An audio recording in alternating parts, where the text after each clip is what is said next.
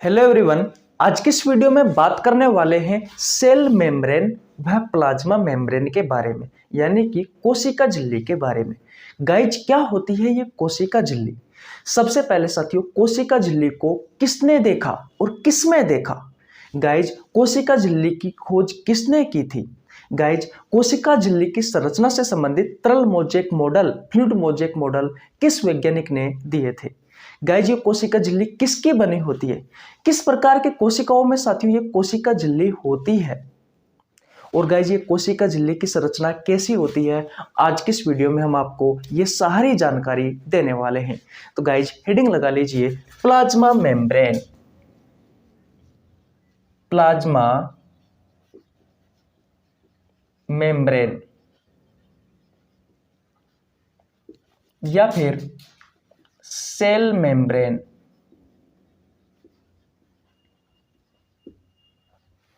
इसे कहा जाता है सेल मेम्ब्रेन को कोशिका झिल्ली। और प्लाज्मा मेम्ब्रेन को साथियों आप ऐसे के ऐसे ही लिख दीजिए, प्लाज्मा झिल्ली। देखिए भैया, सबसे पहले बात करते हैं हम कोशिका झिल्ली के बारे में। ये जो कोशिका झिल्ली होती है साथियों, ये याद रखना, प्रोकैरियोटिक कोशिका और यूकैरियोटिक कोशिका दोनों प्रकार की कोशिकाओं में पाई जाती है। सबसे पहले साथियों, आपसे आपकी प्रतियोगी परीक्षाओं में क्वेश्चन पूछा जाता है कि कोशिका झिल्ली निम्न में से किस कोशिका में उपस्थित होती है? प्रोकैरियोटिक कोशिका में उपस्थित होती है या यूकैरियोटिक कोशिका में उपस्थित होती है? तो बेटा आपको याद रखना है, सेल मेम्ब्रेन जो होता है, प्लाज्मा मेम्ब्रेन होता है, कोशिका झिल्ली जो होती है वो प्रोकैरियोटिक कोशिका और यूकैरियोटिक कोशिका दोनों प्रकार की कोशिकाओं में उपस्थित होती है। It is present in prokaryotic cell and eukaryotic cell, यानी कि यह प्रोकैरियोटिक कोशिका और यूकैरियोटिक कोशिका दोनों प्रकार की कोशिकाओं में पाई जाती है। यह प्रोकैरियोटिक सेल वह यूकैरियोटिक सेल दोनों प्रकार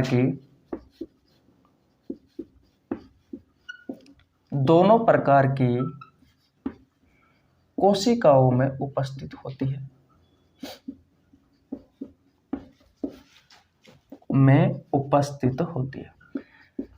उपस्थित होती है। गाइस, अगर आपको नहीं पता कि भैया ये प्रोकैरियोटिक सेल और यूकैरियोटिक सेल क्या होती है, तो गाइस आपको नीचे लिंक डिस्क्रिप्शन में मिल जाएगा, वहां पर जाकर आप चेकआउट कर सकते हैं। मैंने आपको बहुत डिटेल में पढ़ाया है कि प्रोकैरियोटिक कोशिका क्या होती है और यूकैरियोटिक कोशिका क्या होती है।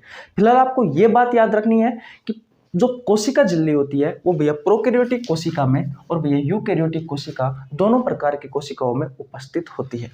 पहला पॉइंट। दूसरा पॉइंट आपको क्या याद रखना है साथियों, कि जो प्लांट सेल होती है उसका तो भैया ये दूसरा आवरण होता है, दूसरा सबसे बाहरी आवरण। देखिए, प्लांट सेल कुछ इस तरीके से होती है। तो इसका जो पहला सबसे बाहरी आवरण होता है वो होता है सेल वॉल, यानी कि कोशिका भित्ति। और साथियों, दूसरा इसका जो बाहरी आवरण होता है वो होता है भैया सेल मेम्ब्रेन, कोशिका झिल्ली।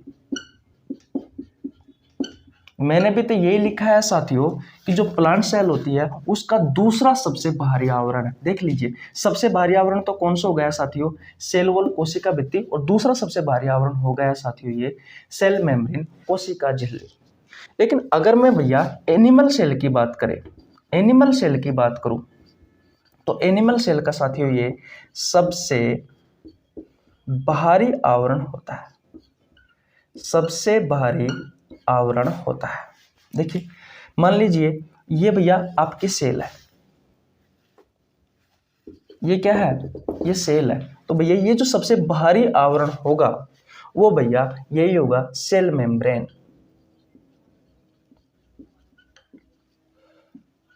कोशिका झिल्ली। याद रखना दोस्तों, सेल वॉल जैसी कोई भी झिल्ली एनिमल सेल में नहीं पाई जाती। एनिमल सेल का जो सबसे बाहरी आवरण होता है वो होता है सेल मेम्ब्रेन, कोशिका झिल्ली। लेकिन भैया जो प्लांट सेल होती है, जो पादप कोशिका होती है, पादप कोशिका का जो सबसे बाहरी आवरण होता है वो होता है सेल वॉल, कोशिका भित्ति। और दूसरा सबसे बाहरी आवरण होता है सेल मेम्ब्रेन, कोशिका झिल्ली। लेकिन बात करें एनिमल सेल की, तो एनिमल सेल का सबसे बाहरी आवरण होता है दोस्तों सेल मेम्ब्रेन, कोशिका झिल्ली। बोलो, इतनी कहानी आपको समझ में आई या नहीं है? अगर दोस्तों ये कहानी आपको समझ में आ गई है तो स्क्रीनशॉट ले लीजिए, एक बार और रिवीजन करवाता हूँ। देखिए, हम बात कर रहे हैं प्लाज्मा मेम्ब्रेन, और साथियों इसे ही कहा जाता है सेल मेम्ब्रेन, यानी कि प्लाज्मा झिल्ली में कोशिका झिल्ली के बारे में। सबसे पहले साथियों आपको पहला पॉइंट क्या याद रखना है कि भैया प्रोकैरियोटिक कोशिका और यूकैरियोटिक कोशिका, दोनों प्रकार के कोशिकाओं में सेल मेम्ब्रेन यानी कि प्लाज्मा झिल्ली और कोशिका झिल्ली उपस्थित होती है। इतनी बात क्लियर है। दूसरा पॉइंट आपको क्या याद रखना है कि प्लांट सेल का तो ये दूसरा सबसे बाहरी आवरण होता है, क्योंकि प्लांट सेल की संरचना कुछ इस तरीके से होती है, आप सभी को पता है। सो इसका सबसे बाहरी आवरण जो होता है भैया वो होती है कोशिका भित्ति, और दूसरा सबसे बाहरी आवरण होता है बेटा वो होता है इसका सेल मेम्ब्रेन यानी कि कोशिका झिल्ली। लेकिन बेटा एनिमल सेल की बात करें तो भैया एनिमल सेल का जो सबसे बाहरी आवरण होता है बेटा वो सेल मेम्ब्रेन होता है, कोशिका झिल्ली होती है। इसमें भैया सेल वॉल, कोशिका भित्ति जैसी कोई संरचना नहीं पाई जाती। किसमें साथियों? एनिमल सेल में। आशा करता हूं जहां तक बात आपको समझ में आ गई होगी। स्क्रीनशॉट ले लीजिए, आगे चलते हैं। देखिए भैया, अब बात करते हैं तीसरे पॉइंट की। तो तीसरा पॉइंट क्या है साथियों कि भैया कोशिका जो झिल्ली होती है, प्लाज्मा झिल्ली होती है साथियों, ये किसकी बनी हुई होती है? तो गाइज आपको याद रखना है ये भैया फोस्फोलिपिड्स की बनी हुई होती है। किसकी बनी हुई होती है साथियों? फोस्फोलिपिड्स की। अब बात आती है साथियों कि फोस्फोलिपिड्स है क्या? तो गाइज आप सभी को पता है लिपिड्स किसे कहा जाता है? फैट को कहा जाता है, वसा को कहा जाता है। जब साथियों लिपिड्स के आगे जब फास्फोरस जुड़ जाता है साथियों तो वो हो जाता है फोस्फोलिपिड्स। गाइस जो कोशिका झिल्ली होती है, आपसे आपकी प्रतियोगी परीक्षाओं में क्वेश्चन पूछा जाता है कि भैया कोशिका झिल्ली किसकी बनी हुई होती है? तो किसकी बनी हुई होती है साथियों? फोस्फोलिपिड्स की बनी हुई होती है। किसकी बनी हुई होती है साथियों? फोस्फोलिपिड्स की बनी हुई होती है। इतनी बात आपको समझ में आ गई? ओके, चौथे पॉइंट के बारे में बात करते हैं साथियों। तो याद रखना, जो कोशिका झिल्ली होती है, जो सेल मेम्ब्रेन होती है, जो प्लाज्मा मेम्ब्रेन होती है साथियों, ये सेमी परमिएबल मेम्ब्रेन होती है। कहने का मतलब अर्ध पारगम्य झिल्ली होती है। अर्ध पारगम्य झिल्ली होती है। गाइज ये सी मेम्ब्रेन होती है जो अपने अंदर से बाहर और बाहर से अंदर कुछ सिलेक्टिव मॉलिक्यूल्स होते हैं, उन्हें ही आने देती है। ये हर किसी को अंदर से बाहर और बाहर से अंदर नहीं आने देती। मैंने आपसे ये कहा कि आपकी जो सेल मेम्ब्रेन होती है ये सेमी परमिएबल मेम्ब्रेन होती है, अर्ध पारगम्य झिल्ली होती है। ये आधे अणुओं को अंदर से बाहर और बाहर से अंदर आने देती है। देखिए, मान लीजिए भैया ये है आपकी सेल, प्लांट सेल। सबसे बाहरी आवरण है साथियों इसका सेल वॉल यानी कि कोशिका भित्ति, और साथियों दूसरा जो इसका बाहरी आवरण है वो होता है भैया सेल मेम्ब्रेन यानी कि कोशिका झिल्ली। अब साथियों ये भैया सेमी परमिएबल मेम्ब्रेन होती है यानी कि अर्ध पारगम्य झिल्ली होती है। अर्ध यानी कि आधे, पारगम्य यानी कि गाइस ये आधे अणुओं को अंदर से बाहर और बाहर से अंदर आने देती है। कुछ सिलेक्टिव मॉलिक्यूल्स को, कुछ सिलेक्टिव अणुओं को अंदर से बाहर और बाहर से अंदर आने देती है, जैसे कि झिल्ली होती है। अब ये पर साथियों कुछ खराब मॉलिक्यूल्स है, खराब अणु है साथियों, तो उन्हें तो ये रोक देगी, लेकिन जो अच्छे अणु है साथियों उन्हें ये कोशिका के अंदर आने देगी, और अंदर से अच्छे अणुओं को ही बेटा ये बाहर नहीं जाने देगी। इसका कार्य क्या होता है साथियों? अगर मैं इसके फंक्शन की बात करूं, सेल मेम्ब्रेन का जो फंक्शन होता है वो क्या होता है कि भैया कुछ अच्छे अणुओं को ये अंदर से बाहर नहीं जाने देती और कुछ बुरे अणुओं को ये बाहर से अंदर कोशिका के अंदर नहीं आने देती। कैसे होती है साथियों ये? तो सेमी परमिएबल मेम्ब्रेन होती है, अर्धपारगम्य झिल्ली होती है। ये आधे अणुओं को अंदर से बाहर और बाहर से अंदर आने देती है। हर किसी अणुओं को अंदर से बाहर और बाहर से अंदर नहीं आने देती। तो आशा करता हूं बेटा ये कहानी आपको अच्छे से समझ में आ गई होगी। इसका कार्य क्या है साथियों? अंदर से बाहर वह बाहर से अंदर आने वाले अणुओं को संतुलन बनाए रखने का कार्य करती है। संतुलन बनाए रखने का कार्य करती है। बोलो बेटा कहानी आपको समझ में आई या नहीं आई? एक बार और रिवीजन करवाते हैं। अगर आपने स्क्रीनशॉट नहीं लिया है तो स्क्रीनशॉट ले लीजिए। ले लिया स्क्रीनशॉट? ओके बेटा, हम बात कर रहे हैं तीसरे पॉइंट की। तीसरा पॉइंट क्या कहता है साथियों कि कोशिका झिल्ली किसकी बनी हुई होती है? इस तरीके से आपसे आपके प्रतियोगी परीक्षाओं में क्वेश्चन पूछा जाता है। तो कोशिका झिल्ली किसकी बनी हुई होती है साथियों? फास्फोलिपिड्स की बनी हुई होती है। लिपिड्स कहा जाता है साथियों फैट को, वसा को। अगर वसा के आगे साथियों फास्फोरस जुड़ जाता है तो वो होता है फोस्फोलिपिड्स। और साथियों आपकी जो प्लाज्मा मेम्ब्रेन होती है, जो कोशिका झिल्ली होती है, जो सेल मेम्ब्रेन होती है, वो किसकी बनी हुई होती है? गाइज ये फोस्फोलिपिड्स की बनी हुई होती है। इतनी बात क्लियर है। चौथे पॉइंट के बारे में मैं बात करूं साथियों तो ये जो प्लाज्मा मेम्ब्रेन होती है, ये जो सेल मेम्ब्रेन होती है, ये सेमी परमेएबल मेम्ब्रेन होती है, अर्धपारगम्य झिल्ली होती है। ये गाइज कुछ सिलेक्टिव मॉलिक्यूल्स को यह झिल्ली अंदर से बाहर और बाहर से अंदर आने देती है। इतनी बात समझ में आ गई? मैंने इसका कार्य बताया है साथियों कि ये अंदर से बाहर व बाहर से अंदर आने वाले अणुओं को संतुलन बनाए रखने का कार्य करती है। मान लीजिए कोई बुरा पार्टिकल है, बुरा मॉलिक्यूल्स है, एक बुरा अणु है जो अगर हमारी कोशिका के अंदर आ गया तो आपकी कोशिका को नष्ट कर सकता है। तो गाइज ये जो कोशिका झिल्ली होती है ये भैया उसे रोक देती है। और भैया आपकी कोशिका झिल्ली के अंदर कोई अच्छा पार्टिकल है, अच्छा मॉलिक्यूल्स है, अच्छा अणु है साथियों, अगर वो अंदर से बाहर जाना चाह रहा है तो साथियों उसको जाने नहीं देती। कहने का मतलब यह है साथियों कि कोशिका झिल्ली का जो मुख्य कार्य होता है वो यही होता है कि अंदर से बाहर व बाहर से अंदर आने वाले अणुओं को संतुलन रेगुलेट बनाए रखने का कार्य करता है। कौन? सेल मेम्ब्रेन, कोशिका झिल्ली। अब बात करते हैं साथियों कोशिका झिल्ली की संरचना के बारे में। क्लास छोड़कर मत जाना साथियों। अब तक जो क्वेश्चन करवाए हैं वो आशा करता हूं आपको बहुत अच्छे से समझ में आ गए होंगे। जो जानकारी दी है आपको अच्छे से समझ में आ गई होगी। मैं आपको बता देता हूं गाइज, मेरा नाम रवि है। मैं सभी प्रतियोगी परीक्षाओं के लिए बायोलॉजी पढ़ाता हूँ। जो कंटेंट आपको पेड कोर्स में उपलब्ध नहीं होता उससे अच्छा कंटेंट देने की कोशिश करता हूँ। आपको हमारे साथ जुड़ने के लिए ₹1 देने की आवश्यकता नहीं है। सिर्फ आपको हमारे चैनल को सब्सक्राइब करना है, बेल आइकन को प्रेस करना है, जिससे आपके पास हमारी वीडियो का नोटिफिकेशन टाइम टू टाइम पहुंच सके। अब बात करते हैं साथियों प्लाज्मा झिल्ली या फिर कोशिका झिल्ली की संरचना के बारे में। तो गाइज स्क्रीनशॉट नहीं लिया है तो स्क्रीनशॉट ले लीजिए। ले लिया भैया? ओके। देखिए भाई अब बात करते हैं हम प्लाज्मा झिल्ली और भैया कोशिका झिल्ली की संरचना के बारे में। किसके बारे में? स्ट्रक्चर के बारे में, संरचना। गाइज जो इसकी संरचना होती है वो दोहरी परत वाली होती है। दोहरी परत वाली संरचना होती है। कहने का मतलब साथियों इसमें 2 परत होती है। किस तरीके से?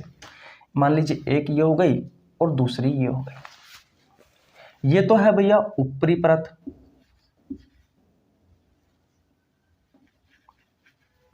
ये तो हो गई ऊपरी परत, और ये हो गई साथियों निचली परत। और इन दोनों परतों के बीच का जो गैप होता है साथियों वो होता है 75 एंगस्ट्रोम।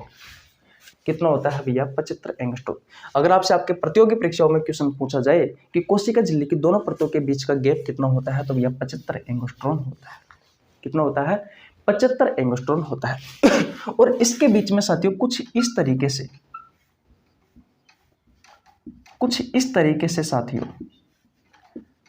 क्या होते हैं साथियों? ये होते हैं फॉस्फोलिपिड्स के मॉलिक्यूल्स। क्या होते हैं साथियों? ये फास्फोलिपिड्स के मॉलिक्यूल्स होते हैं, फास्फोलिपिड्स के अणु होते हैं जो साथियों इस कोशिका झिल्ली की दोनों परतों के बीच में लगे हुए होते हैं। ये क्या है साथियों? ये है भैया फोस्फोलिपिड्स के मोलिक्यूल्स, अणु। बोलो भैया। अब देखते हैं साथियों फोस्फोलिपिड्स का जो मोलिक्यूल्स होता है इसकी संरचना के बारे में। कुछ इस तरीके से होती है साथियों फोस्फोलिपिड्स के मोलिक्यूल की संरचना। ये तो है साथियों इसका हेड वाला पार्ट यानी कि सिर वाला पार्ट, और ये होता है साथियों इसकी टेल यानी कि पूंछ वाला पार्ट। साथियों जो हेड वाला पार्ट होता है ये हाइड्रोफिलिक होता है, हाइड्रोफिलिक यानी कि ध्रुवीय भाग होता है। अब आप कहोगे भैया कि ये हाइड्रोफिलिक क्या है? गाइज हाइड्रोफिलिक हम उस मॉलिक्यूल्स को कहते हैं जो आसानी से पानी में घुल जाए। ये भैया पानी में आसानी से घुल जाता है, पानी में आसानी से घुल जाता है। आपसे क्वेश्चन पूछा जाता है साथियों कि फास्फोलिपिड्स का जो मॉलिक्यूल होता है, फास्फोलिपिड्स का जो अणु होता है उसका ध्रुवीय भाग क्या पानी में आसानी से घुल सकता है या नहीं घुल सकता? तो गाइज आपको पता होना जरूरी है ये पानी में आसानी से घुल सकता है, ये हाइड्रोफिलिक होता है। और जो टेल वाला पार्ट होता है साथियों ये हाइड्रोफोबिक होता है। हाइड्रोफोबिक होता है, ये अध्रुवीय भाग होता है। नीट से क्वेश्चन पूछे जाते हैं साथियों यहाँ से, ये अध्रुवीय भाग होता है। अध्रुवीय भाग का मतलब होता है साथियों कि ये पानी में आसानी से नहीं घुलता, ये पानी में घुलता ही नहीं है साथियों, ये पानी में घुलता ही नहीं है। बोलो। कुछ इस तरीके से साथियों आपकी कोशिका झिल्ली की संरचना होती है। गाइज अगर आपने स्क्रीनशॉट नहीं लिया है तो स्क्रीनशॉट ले लीजिए, एक बार और रिवीजन करवा देते हैं, करवाए हुए। देखिए साथियों जो कोशिका झिल्ली होती है, जो प्लाज्मा झिल्ली होती है, इसकी संरचना दोहरी परत वाली होती है, यानी कि दो परतों से मिलकर के बनी हुई होती है। कुछ इस तरीके से दो परत होती है। ये ऊपरी परत है साथियों, ये वाली, ये निचली परत है।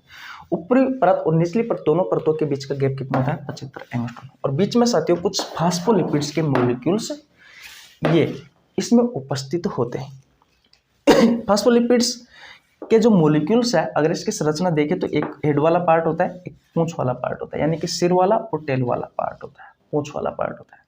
जो साथियों सिर वाला पार्ट होता है वो हाइड्रोफिलिक होता है, यानी कि पानी में आसानी से घुल जाता है, ये ध्रुवीय भाग होता है। और जो पूंछ वाला पार्ट होता है वो हाइड्रोफोबिक होता है, अध्रुवीय भाग होता है, ये पानी में आसानी से नहीं घुलता है, पानी में नहीं घुलता है। ये इसकी संरचना है। अब देखिए साथियों इसकी संरचना पर दो वैज्ञानिक थे, एक तो था सिंगर और एक था निकोल्स। सिंगर व निकोल्स ने फ्लूइड मोज़ेक मॉडल दिया था, फ्लूइड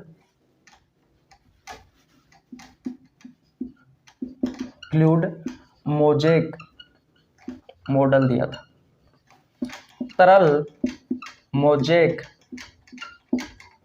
मॉडल दिया था भैया। स्पेलिंग में कोई मिस्टेक हो जाती है साथियों तो समझ लेना भैया, बायोलॉजी का टीचर हूँ, इंग्लिश का नहीं। कौन सा मॉडल दिया था साथियों? सिंगर व निकोलसन ने यह फ्लूइड मोज़ेक मॉडल, तरल मोज़ेक मॉडल दिया था।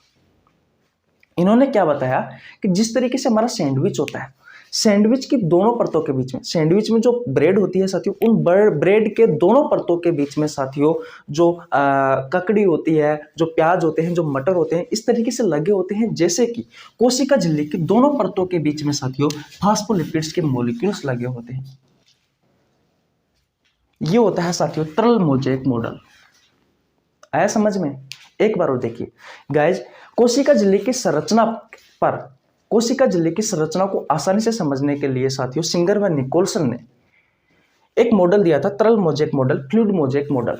उन्होंने ये कहा कि कोशिका झिल्ली की संरचना कुछ इस तरीके से होती है जैसे हमारा जो सैंडविच होता है, सैंडविच में ब्रेड की जो दो परत होती है, उन दोनों परतों के बीच में ककड़ी, प्याज और टमाटर ऐसे लगे होते हैं जैसे, ठीक उसी प्रकार ये जो कोशिका झिल्ली होती है, इस कोशिका झिल्ली की दोनों परतों के बीच में फास्फोलिपिड्स के मॉलिक्यूल्स लगे होते हैं।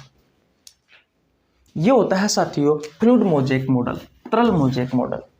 आशा करता हूँ साथियों ये आपको बहुत अच्छे से समझ में आ गया होगा। गाइज स्क्रीनशॉट नहीं लिया है तो स्क्रीनशॉट ले लीजिए। ले लिया भैया? ओके। और थोड़ी सी कहानी है वो भी मैं आपको बता देता हूँ साथियों। सबसे पहले इसे किसने देखा?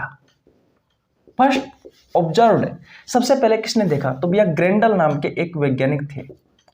इस ग्रेंडल नाम के वैज्ञानिक ने गाइस सबसे पहले कोशिका झिल्ली को देखा। बात आती है साथियों कि किसमें देखा? तो भैया आरबीसी में देखा, रेड ब्लड सेल में देखा।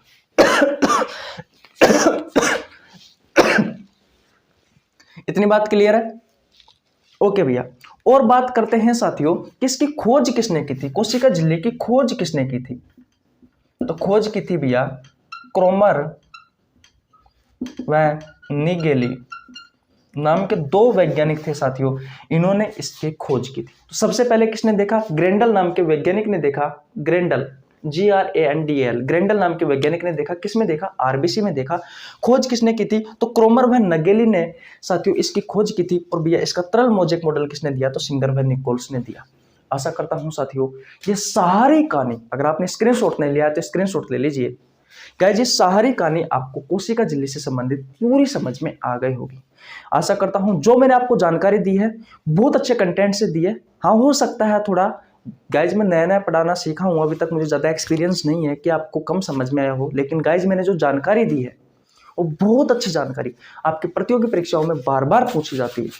इसलिए गाइज वीडियो को देख लेना और नोट्स बना लेना। तो कैसी लगी आपको वीडियो? अगर वीडियो अच्छी लगी हो तो वीडियो को लाइक कर देना, चैनल पर नया है तो चैनल को सब्सक्राइब कर लेना, बेल आइकन को प्रेस कर लेना जिससे आपके पास हमारे वीडियो का नोटिफिकेशन टाइम टू टाइम पहुंच सके। मैंने गाइज ये कोशिका विज्ञान वाला चैप्टर भी करवा रखा, आपको नीचे लिंक डिस्क्रिप्शन में मिल जाएगा। तो गाइज मिलते हैं नेक्स्ट वीडियो में। सब्सक्राइब कर लो यार और आपके छोटे भाई के लिए कमेंट्स कर दो। जय हिंद, जय भारत।